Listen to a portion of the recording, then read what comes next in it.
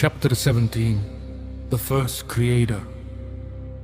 The grim truth of the Lonar Crater gave Mayur and his family a final purpose. A dramatic, dangerous ultimate maneuver. However, as Mayur prepared to use the last energy of his rebuilt toy to make a temporal leap into the past, he discovered a new, terrifying truth. The petroglyphs were not just a record of a past accident, they were a warning. The carvings on the ancient rock not only showed the chronosepians, but also a figure standing, holding a device that looked exactly like Mayur's own flying car. "I didn't do this," Mayur whispered, his voice trembling. "I wasn't the first. The toy's design, it's in the petroglyphs."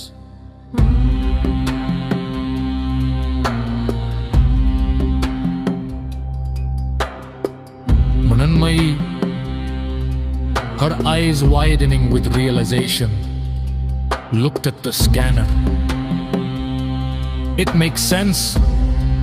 This knowledge isn't from your research. It's from your DNA. It's a genetic memory."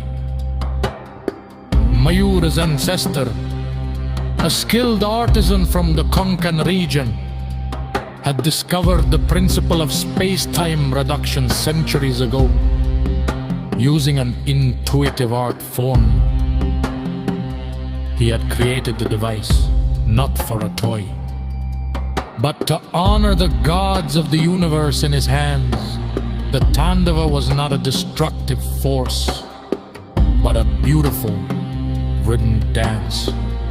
He created a whoosh in his own way, but its purpose was different, and that purpose was to give birth to the first chronosapiens.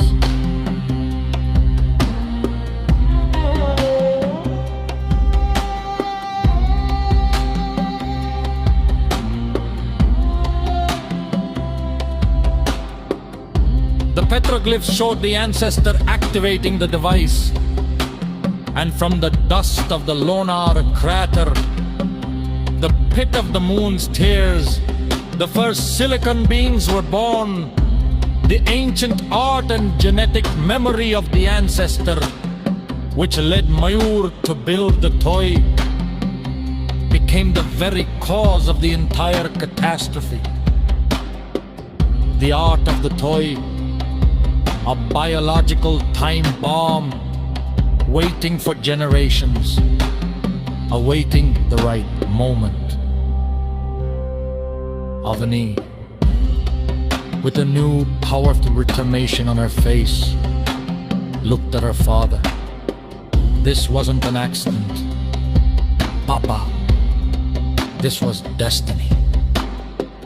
The same genetic memory that compelled you to build the toy taught me to understand their song. We were always meant to be here, to complete the work begun by the ancestor. The family realized they were not just facing an external enemy, they were facing their own legacy, their bloodstream. The knowledge of their ancestors was the very source of the silicon wave. The final battle would not be fought in the future, but by travel into the past.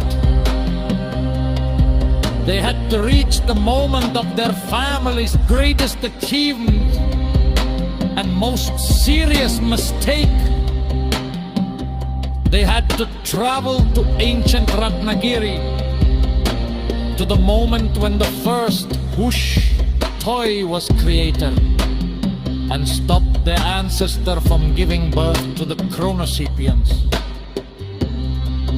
They were not just saving humanity, they were rewriting their family's history.